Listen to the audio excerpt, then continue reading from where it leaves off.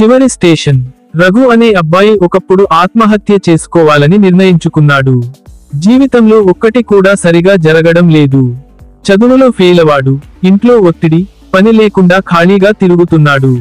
ఒక రోజు రైలు ట్రాక్ పక్కన కూర్చున్నాడు, చివరి స్టేషన్ అనుకుంటూ. అయితే అప్పుడు ఓ పెద్దాయన అక్కడికి వచ్చి, ఏమైంది బాబూ, ఎందుకింకా ఇక్కడా అని అడిగాడు. రఘు మొహం దాచుకుంటూ, ఇది నా చివరి స్టేషన్ అన్నాడు. ఆ పెద్దాయన నవ్వుతూ, బాబూ, ఇది చివరి స్టేషన్ కాదు, రైలు కూడా ఇక్కడ ఆగదు. జీవితంలో నీకు ఇది ఆఖరి అనిపిస్తున్నా, నిజంగా ఇది ఓ ఆరంభం కావచ్చు అన్నాడు. ఆ మాటలు రఘు గుండెను తాకాయి. ఆ రోజు నుంచి రఘు నిదానంగా మారిపోయాడు. చిన్న చిన్న పనులు చేసి, చదువు మళ్లీ పట్టుబట్టి, తన మీద నమ్మకం పెంచుకుంటూ పోయాడు. 2 సంవత్సరాల్లోనే సాఫ్ట్వేర్ ఇంజనీర్ అయ్యాడు. ఇప్పుడు రఘు చాలా మందికి స్పీకర్ గాను, మోటివేటర్ గాను మారిపోయాడు. ఎందుకంటే అతను తెలుసుకున్నాడు, చివరి స్టేషన్ అనిపించే చోటే ఒక కొత్త ప్రయాణం మొదలవుతుంది.